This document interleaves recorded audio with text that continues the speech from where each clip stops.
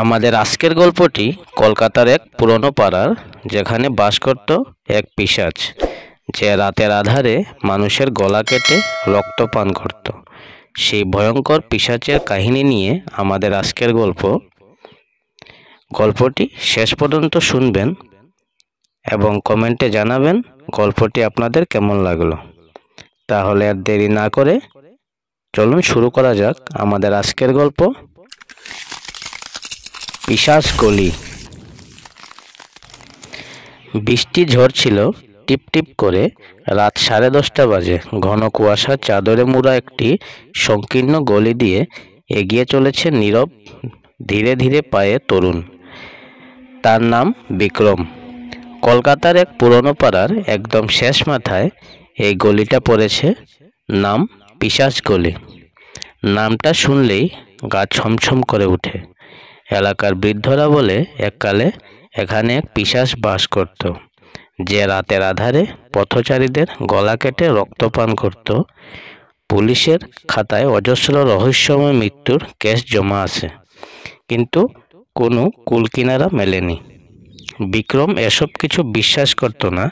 সে ছিল বাস্তববাদী। ভূত প্রেতকে একেবারেই পাত্তা দিত না। আজ তাকে আসতেই হলো এখানে, কারণ তার বন্ধু রুদ্র সকাল থেকে নিখোঁজ। শেষবারের মতো তাকে এখানেই দেখা গিয়েছিল। পকেট থেকে মোবাইল বের করে আলো ফেলল বিক্রম। গলিটার শেষ মাথায় একটা পুরনো অন্ধকার দালান দাঁড়িয়ে আছে, বহুদিনের পরিত্যক্ত। সবাই বলে ওখানে ঢুকলে আর কেউ ফিরে আসে না। বিক্রম দ্বিধা করল না, দরজাটা খুলে ঢুকে পড়ল ভিতরে। বাড়ির ভেতরটা আরও গা ছমছমে। দেওয়ালের প্লাস্টার ঘষে পড়েছে, মেঝেতে ধুলো, জং ধরা লোহার টুকরো ছড়িয়ে ছিটিয়ে আছে। হঠাৎই দূরে একটা শব্দ হলো, মৃদু হাসির মতো। কে? কেউ উত্তর দিল না। বিক্রম ধীর পায়ে এগিয়ে চলল। একটা ঘরের সামনে এসে দাঁড়াতেই দরজাটা নিজে থেকেই খুলে গেল। ঠান্ডা বাতাসের স্রোত এলো বেরিয়ে। ভেতরে ঢুকতেই সে দেখল রুদ্র বসে আছে, কিন্তু তার চেহারা অদ্ভুত। দু চোখ ফাঁকা, যেন কেউ সেগুলো টেনে বের করে নিয়েছে। বিক্রম ভয়ে দৌড়ে পালাতে গেল, কিন্তু দরজা বন্ধ হয়ে গেল ঝপ করে। পেছন থেকে কেউ ফিসফিস করে বলল, তুমি আর ফিরতে পারবে না। 5 দিন পর পিশাচগুলির সেই বাড়ির সামনে কয়েকজন পুলিশ দাঁড়িয়ে। বাড়ির দরজা খোলা, ভেতরে বিক্রমের লাশ পড়ে আছে, চোখ দুটো ফাঁকা, রক্তশূন্য দেহ। আর তার পাশে মাটিতে আঁচড় কেটে লেখা, পিশাচগুলি থেকে কেউ ফেরে না।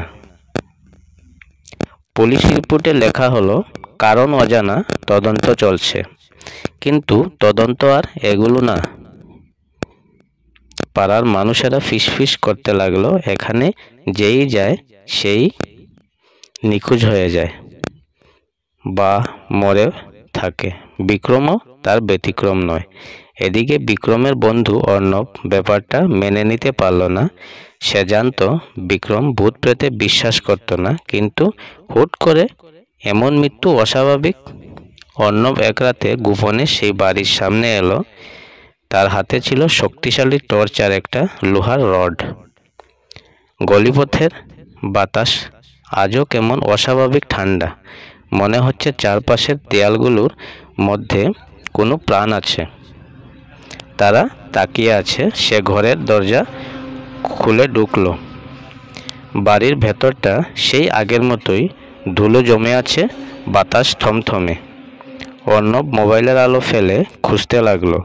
হঠাৎই তার চোখ পড়ল মেঝেতে রক্তের শুকনো দাগ, আর তার পাশে বিক্রমের পকেট ডায়েরি পড়ে আছে। ডায়েরির শেষ পাতায় লেখা, আমার মনে হচ্ছে কেউ আমাকে দেখছে। রুদ্রকে খুঁজতে এসেছিলাম, কিন্তু এখন বুঝতে পারছি এখান থেকে বের হতে পারবো না। যদি কেউ এই ডায়েরি পড়ে, দয়া করে চলে যাও, দেরি করো না। অর্ণবের গায়ে কাঁটা দিল। ঠিক তখনই পেছন থেকে কারো নিঃশ্বাস পড়ার আওয়াজ পেল। সে ধীরে ধীরে ঘুরল এবং দেখল একটা বিকৃত মুখ চোখের গর্ত থেকে কালো ধোঁয়া বের হচ্ছে, আধখোলা মুখ দিয়ে রক্ত গড়িয়ে পড়ছে। অর্ণব চিৎকার করতে করতে চাইল, কিন্তু তার গলা দিয়ে কোনো শব্দ বের হলো না। শুধু অনুভব করলো তার শরীরের শক্তি যেন ধীরে ধীরে নিঃশেষ হয়ে যাচ্ছে। পরের দিন সকালে পাড়ার এক বৃদ্ধ প্রথম দেখল পিশাচগিরির সেই বাড়ির সামনে একটা জিনিস পড়ে আছে, একটা শুকনো রক্তমাখা ডায়েরি। বৃদ্ধ ভয়ে সেটি ছুলেন না, শুধু মুখ তুলে তাকালেন বাড়িটার দিকে। তখনই জানালার ফাঁক দিয়ে কিছু একটা দেখা গেল, একটা ছায়ামূর্তি, ফ্যাকাশে মুখ। সে যে বিক্রম না রুদ্র না অর্ণব তা বোঝা গেল না। বৃদ্ধ দ্রুত সরে গেলেন, মুখে বিড়বিড় করলেন, পিশাচগিরি কাউকে ফেরত দেয় না। অর্ণবের নিখোঁজ হওয়ার পর পুরো এলাকা উত্তপ্ত হয়ে উঠল। 1 মাসের ব্যবধানে 3 জন যুবকের মৃত্যু বা নিখোঁজ হয়ে যাওয়া পুলিশের উপর চাপ বাড়তে লাগলো। তদন্তের ভার পড়ল এসআই অরিন্দম বসুর উপর।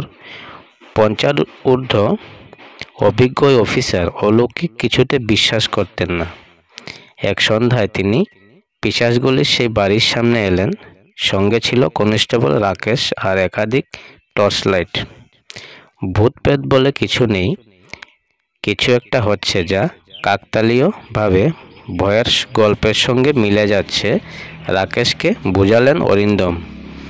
দরজাটা ধাক্কা দিতেই সেটা কেঁপে উঠল, যেন কেউ ভেতর থেকে আটকাচ্ছে। একটু ধাক্কাতেই খুলে গেল দরজাটা, ভেতরে অন্ধকারের রাজস্ব। চলো, বললেন অরিন্দম। ভেতরে ঢুকে সোজা বিক্রমের পাওয়া ঘরটার দিকে গেলেন তারা। হঠাৎ একটা ঠান্ডা বাতাস বইল। রাকেশ মোবাইলের আলো ফেলতেই দেখল মেঝেতে আঁকাবাঁকা লেখায় কিছু লেখা আছে, এখানে থেমো না, চলে যাও বাঁচতে চাইলে। এই লেখাটা তো আগের রিপোর্টে ছিল না। বিস্মিত হলো অরিন্দম। রাকেশ কিছু বলার আগেই হঠাৎ চারপাশের বাতাস ভারী হয়ে গেল। ফিসফিসানি হাসির শব্দ। দূর থেকে একটা দরজা নিজে থেকেই খুলে গেল। স্যার, মনে হচ্ছে আমরা একা নেই। গলায় আতঙ্ক রাকেশের। অরিন্দম কিছু একটা বলতেই যাচ্ছিলেন, তখনই পেছন থেকে কেউ ফিসফিস করে উঠল, তোমাদেরও এখানে থাকতে হবে। হঠাৎ আলো নিভে গেল। অরিন্দম হাত বাড়িয়ে রাকেশকে ধরতে চাইলেন, কিন্তু সেখানে কেউ নেই। রাকেশ, কোনো উত্তর নেই, চারপাশে নিস্তব্ধতা। তখনই ঘরের এক কোণ থেকে একটা কালো ছায়া ধীরে ধীরে গড়িয়ে উঠল। 2টা ফাঁকা চোখের গর্ত অরিন্দমের দিকে তাকিয়ে আছে। মুখ খুলতেই তার ভেতর থেকে চোখহীন রুদ্রের মাথা বেরিয়ে এলো, তোমরা ফিরতে পারবে না। পুলিশের সেই 2 অফিসার আর কোনো হদিশ পাওয়া গেল না। এই ঘটনার পর পিশাচগলির সিল করে দেওয়া হলো, কিন্তু তাতে কি কিছু থামলো?